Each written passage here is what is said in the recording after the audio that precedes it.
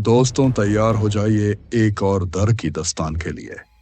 कहानी शुरू करने के पहले मेरी आपसे एक रिक्वेस्ट है कि कमेंट सेक्शन में मुझे बताइएगा जरूर कि आपको ये कहानी कैसी लगी, मैं और क्या बेहतर कर सकता हूँ और आप कैसी कहानियां सुनना चाहेंगे। तो चलिए कमरे की बत्तियां धीमी कर दीजिए और हेडफोन्स लगा के इस कहानी को ध्यान से सुनिए। दिल्ली की सर्द रातें अजीब होती हैं, खासकर जब जनवरी की धुंध इतनी गाढ़ी हो कि सामने से आती गाड़ी का हेडलाइट भी किसी बुझते लालटेन जैसा लगे। अगर मैं कहूं कि दिल्ली की एक बस रोज रात को चलती है लेकिन उसके यात्री कभी घर नहीं पहुंचते, तो क्या आप यकीन करेंगे? कहानी झूठ लग सकती है, लेकिन सुनने के बाद शायद आप भी राजपुरा रोड से गुजरने से डरेंगे। उस रात पुरानी DTC bus number 243 Kashmiri gate से राजपुरा रोड की आखिरी ट्रिप पर थी। ड्राइवर सुरेश और कंडक्टर रमेश दोनों ही इस रूट पर सालों से काम कर रहे थे। सुरेश की मूंछें सफेद हो चुकी थीं और रमेश का चेहरा हमेशा उस थकी हुई मुस्कान के साथ रहता था जो लंबे समय से रात में काम करने वालों के चेहरे पर आ जाती है। रमेश ने टिकट पंच करते हुए कहा, बस जल्दी निकाल लें सुरेश। इस रूट की रात वाली बस में लोग कहते हैं अजीब सी बातें होती हैं। सुरेश ने हंसते हुए कहा, अरे भाई, तू भूत प्रेत की बेकार की बातों में उलझा रहा। मैं तो बस पेट्रोल के मीटर में यकीन करता हूं। बस में उस समय सिर्फ 5 यात्री थे। एक कॉलेज का लड़का कान में ईयरफोन लगाए हुए, एक बुजुर्ग आदमी खिड़की से धुंध में झांकते हुए, एक औरत गोद में सोते बच्चे के साथ और 2 मजदूर पीछे की सीटों पर सो रहे थे। पहला स्टॉप आया, मोरी गेट। धुंध में से एक काली सी आकृति बस की तरफ बढ़ने लगी। वो एक अजीब सा आदमी था, लंबा, दुबला और चेहरा ऐसा जैसे महीनों से धूप नहीं देखी हो। उसकी चमकती आंखें धुंध में भी साफ दिख रही थीं। वो बिना कुछ कहे बस में चढ़ा और सबसे आगे की सीट पर बैठ गया, ठीक ड्राइवर के पीछे। रमेश टिकट लेने गया और कहा, भैया कहां तक? उसने धीमी भारी आवाज में कहा, राजपुरा रोड। रमेश को हल्का सा झटका लगा। राजपुरा रोड, आखिरी स्टॉप जहां उतरने के बाद रात में कोई नहीं रुकता। फिर भी उसने टिकट पंच किया और उसे थमा दिया। उस अजनबी ने टिकट हाथ में लेकर देखा भी नहीं, बस सामने दिख रही सड़क पर निगाहें टिकाए बैठा रहा। बस जैसे जैसे आगे बढ़ी, धुंध और गहरी होती चली गई। सड़क के दोनों ओर पेड़ थे जिनकी टहनियां बिना हवा के भी हल्के हल्के कांप रही थीं। रमेश टिकट चेक करने पीछे गया और तब उसे पहला अजीब एहसास हुआ। पीछे की 5 में से एक सीट खाली थी, वो सीट जिस पर बुजुर्ग आदमी बैठा था। ना तो उसने बस से उतरने के लिए कहा था, ना कोई स्टॉप आया था, लेकिन अब वो गायब था। रमेश ने सोचा शायद वो आगे आकर बैठ गया होगा, लेकिन पूरी बस चेक करने पर कोई नहीं मिला। वो वापस सुरेश के पास आया, धीरे से बोला, अरे पीछे एक बुजुर्ग आदमी बैठे थे, पता नहीं कहां चले गए। सुरेश ने बिना उसकी तरफ देखे कहा, काम कर रमेश, रात में अपनी आंखों पर भरोसा मत कर। अगले 2 स्टॉप पर कोई चढ़ा नहीं, लेकिन जब रमेश ने देखा तो मजदूरों में से एक गायब था। फिर वही बात, कोई उतरते नहीं दिखा था, कोई आहट नहीं थी। बस के अंदर की हवा ठंडी और भारी होने लगी थी, जैसे किसी ने खिड़की खोल दी हो, जबकि सारी खिड़कियां बंद थीं।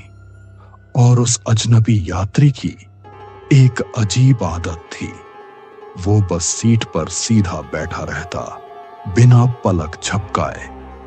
उसके होंठ कभी कभी ऐसे हिलते जैसे वो खुद से बातें कर रहा हो, पर अगर कान लगाकर सुनो तो बस एक हल्की सी आहट सुनाई दे रही थी, जैसे वो कोई मंत्र पढ़ रहा हो। बस अब दिल्ली के उस हिस्से में थी जहां स्ट्रीट लाइट्स भी कम हो जाती हैं। सड़क सुनसान, दुकानें बंद और धुंध में सब कुछ धुंधला सा। रमेश को लगा सीटों के पीछे कोई हल्की सी हरकत हुई। उसने पलट कर देखा और उसका दिल जोर से धड़क उठा। उस अजनबी के पीछे की 3 सीटों पर लोग बैठे थे। उनके चेहरे धुंधले थे, जैसे धुआं हो, कोई हिल नहीं रहा था। और सबसे अजीब, रमेश को याद नहीं कि ये लोग कब बस में चढ़े। रमेश ने पलकों को जोर से झपकाया। शायद नींद या थकान का असर हो, लेकिन नहीं, उन धुंधले चेहरों की परछाइयां वहीं थीं। बस के अंदर एक अजीब सी नमी भर गई थी, जैसे बारिश हुई हो।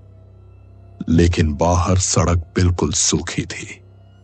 उसने हिम्मत जुटाकर सुरेश से कहा, सुरेश, पीछे लोग बैठे हैं जिनको मैंने चढ़ते हुए नहीं देखा। सुरेश ने आंखें सड़क पर जमाए रखीं और धीमे से बोला, पीछे मत देख, बस मत देख। रमेश का गला डर से सूख गया था, क्योंकि उसने पहली बार महसूस किया सुरेश के हाथ स्टीयरिंग पर कांप रहे थे। जैसे जैसे बस आगे बढ़ी, बाहर का नजारा बदलने लगा। दिल्ली की पुरानी गलियां, जो वो 1000 बार देख चुके थे, अब अजनबी लगने लगे। दीवारों पर पुराने इश्तिहार थे, जिन पर कई 100 सालों पहले की तारीखें थी। दुकानों के बोर्ड फटे हुए, जैसे बरसों से बंद हों। और सड़क के किनारे खड़े लोग, वो सब बस को घूर रहे थे। उनकी आंखें बिल्कुल काली, बिना पुतलियों के, जैसे किसी ने उनकी आंखें निकाल ली हों। उनमें से कुछ धीरे धीरे होंठ हिला रहे थे, जैसे कोई एक ही शब्द बार बार बोल रहे हों, लेकिन आवाज सुनाई नहीं दे रही थी। अचानक वो अजनबी यात्री, जो सबसे आगे बैठा था, खड़ा हो गया। उसने धीरे से सुरेश के कान के पास कुछ फुसफुसाया और बस की रफ्तार बढ़ गई। रमेश ने घड़ी देखी। रात के 12 बज रहे थे।